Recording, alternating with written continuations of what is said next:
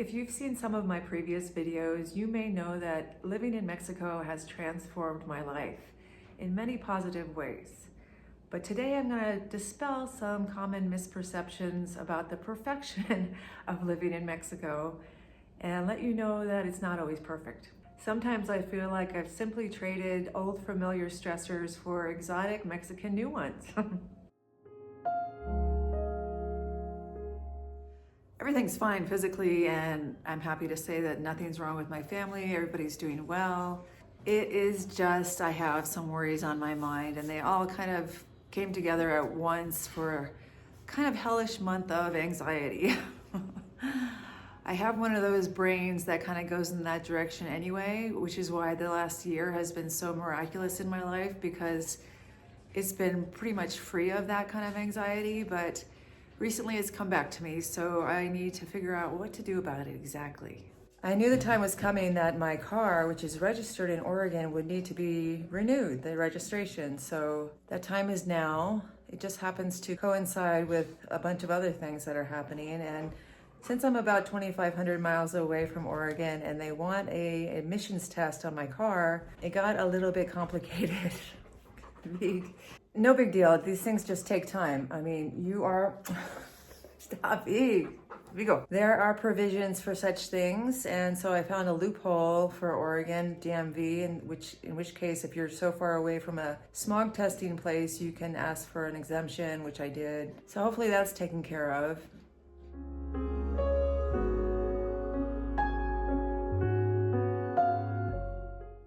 And then there's my recent visa renewal, which I'm very glad to have done, and I'm very glad that it is done. After weeks of preparation with paperwork and translations, collecting documents and making appointments, once I got that card in my hand, that one that's gonna last me for the next 3 years, it was like a golden glowing talisman in my hand. I'm so relieved to have my temporary residency for the next 3 years, and I don't have to go back to the I&M office unless I move or change my name or something.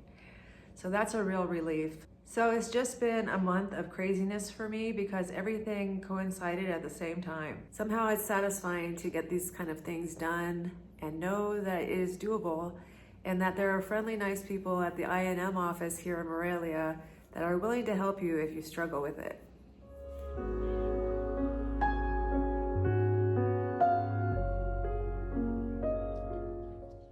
A year ago when I left Oregon, I rented my house out there, a house I've only owned for about 3 years now, and if you had told me when I bought the house that I would be living in Mexico right now, I never would have believed you.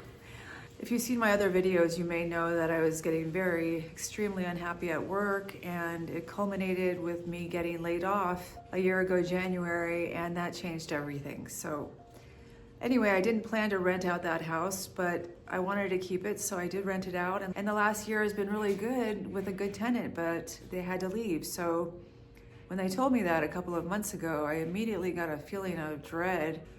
You know, I just didn't want to go back. I didn't want to deal with it. I was anxious about getting the right person in there. I thought, you know, if I get a bad tenant, I'll have to evict. How do I evict from Mexico? I'll have to move back to Oregon, and just all this anxious, nervous energy. I just couldn't foresee it working out very well. Even though it worked out great the first year, but for whatever reason, I'm not getting any good applicants for this house rental, and it's just not happening. It's just, so the bottom line is, this morning when I woke up, I realized that the last couple of days I had been just neurotically thinking about this over and over again, not coming to any decision, and just spending a couple of days in worry, and I didn't want to keep doing that. So first thing this morning, I opened my iPad and I saw the Waking Up app, and it's an app that helps you with exploring consciousness and meditation and the human mind, and it's really amazing, and I go back to it periodically, mostly when I'm stressing out. So I opened that this morning and I immediately saw some little talk or program on anxiety. So I clicked on it, not knowing who the author was or who the speaker was. And she was a woman speaking in one of those very soft, even monotones to get you relaxed. And she took me through a breathing exercise, and I did surprisingly get very relaxed. She was very good at talking me through this meditation. And in fact, since I had just woken up, I started getting sleepy and started falling asleep. And I was halfway dreaming when she said something that just kind of snapped me out of it. And she said, if you turn and face your fears, you might not have to meet them.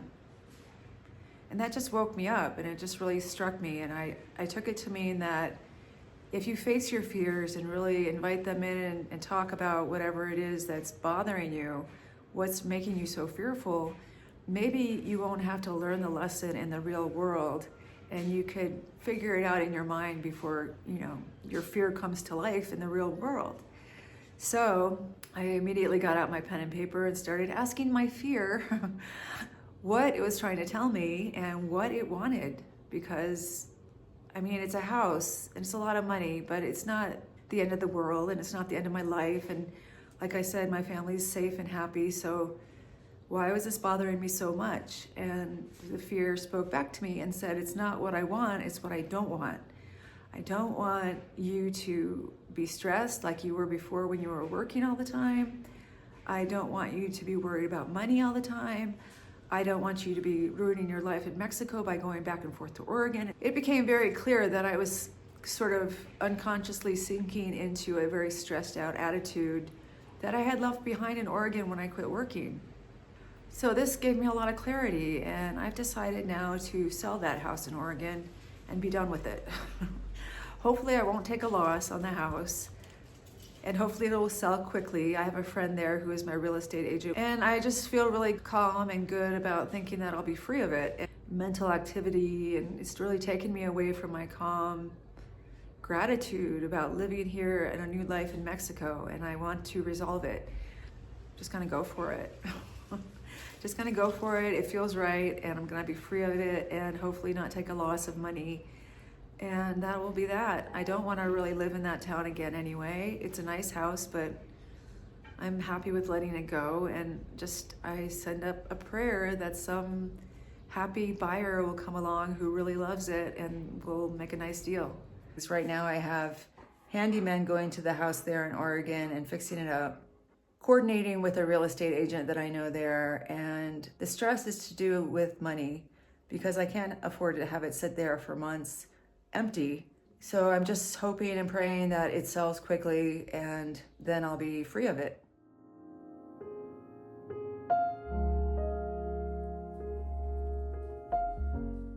I've been meaning to ask a local Mexican, like my landlady or the gardener, if it's permissible here to go down the street and talk to a neighbor and ask if you can take a cutting from one of their lovely plants. I haven't done that yet, and today I'm sneaking over to get a cutting on the side of the road, which is probably someone's property, but it's growing with a bunch of weeds, so I'm just gonna take my chances and take it without asking. It's datura, and I probably wouldn't have noticed it if it hadn't been blooming. I know it's very toxic, and I'll be careful. I've grown it before from seed because I like the flowers. And there is my specimen of datura. I'm hoping it will root. And here's the spiny seed pod. Those thorns are no joke. I let it dry out for a couple of weeks and then harvested the seeds.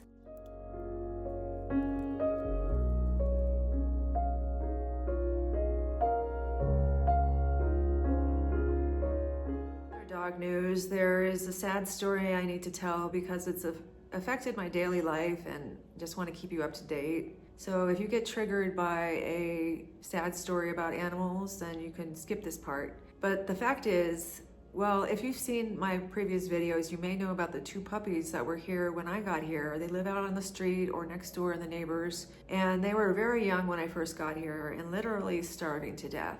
So I've been feeding them for months now. It took a while for them to recover from that experience of starving. I had to deworm them, and they were looking really good and really healthy until one day, within 12 hours or so, they each got severely injured. It was ugly, and I didn't know how that could happen exactly, but I won't go into the details of their injuries, but I was tormented. Should I take them to the vet?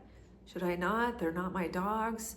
I talked with a local friend, a Mexican from here, and she kind of said that I shouldn't take them to the vet because they're not my dogs. So I agreed and did not take them to the vet. They slowly recovered from their injuries, and a few weeks later they seemed better. They seemed back to their normal selves. I would see them 3 or 4 times a day. Every time I went out to the gate, they'd come by with their little waggy tails, just looking for a little ear scratch. It's so sweet, their personalities. And obviously they were getting bigger. When I got here, maybe they were 2 or 3 months old, and now maybe they're 9 or 10 months old, something like that. And then one day they just disappeared. It's sad. I don't know what happened to them. They were the neighbors' dogs, even though they weren't taken care of. I don't know if the neighbors got rid of them or left them someplace, or I don't know. So they disappeared a couple of weeks ago, and I haven't wanted to speak with the neighbors about it because it's important to me to keep a good relationship with everybody around here, and they're not my dogs. But I miss them, and I hope they didn't suffer. Coincidentally, or maybe not, 2 new dogs appeared in the neighborhood. They live right across the street. I don't know if they're here permanently or they're just visiting. There's Flaco and his brother Tigre. At first they were very not trusting and a little bit aggressive, but since they're very skinny and also love to eat, I've been feeding them instead of the 2 girls. And so now they're more affectionate and sweet. Along with that, Handsome, which was I think the father of the 2 girl puppies, he comes around. He always wants to eat too. He's a sweet dog. I wonder if he misses the girls. Anyway, I'm feeding 5 dogs now, which I'm very happy to do. And I want to thank Linda and Elvis for contributing to my little doggy fund on 𝐕𝐢𝐬𝐭.com. It really helps with the dog food expenses, and I really appreciate it. I don't usually talk about my finances that much on my channel, but I don't think I'm going to get a lot of new viewers for this particular video. And the ones I do have who are regulars, I feel like you're friends. So I'm trying to cut corners and pinch pennies. I'm not a big spender anyway, but I do have a couple of weaknesses. One is Costco. I go about once a month to get dog food. Just coming back from the big city of Morelia, and it's so nice to be back in the countryside.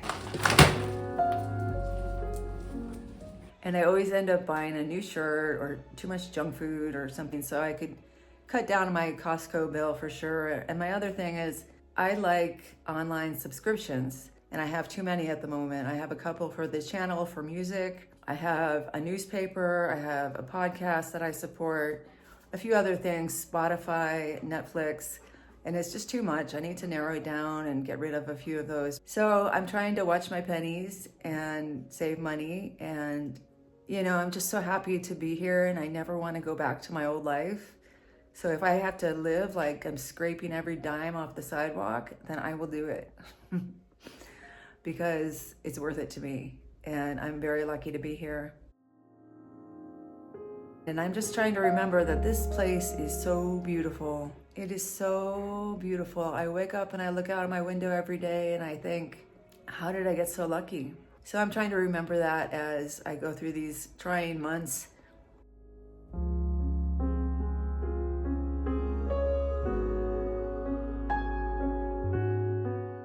Meanwhile, the world is turning and the mountains are warming here in Michoacan, and I'm enjoying the warm sun, the bird song, and the breezes in the trees.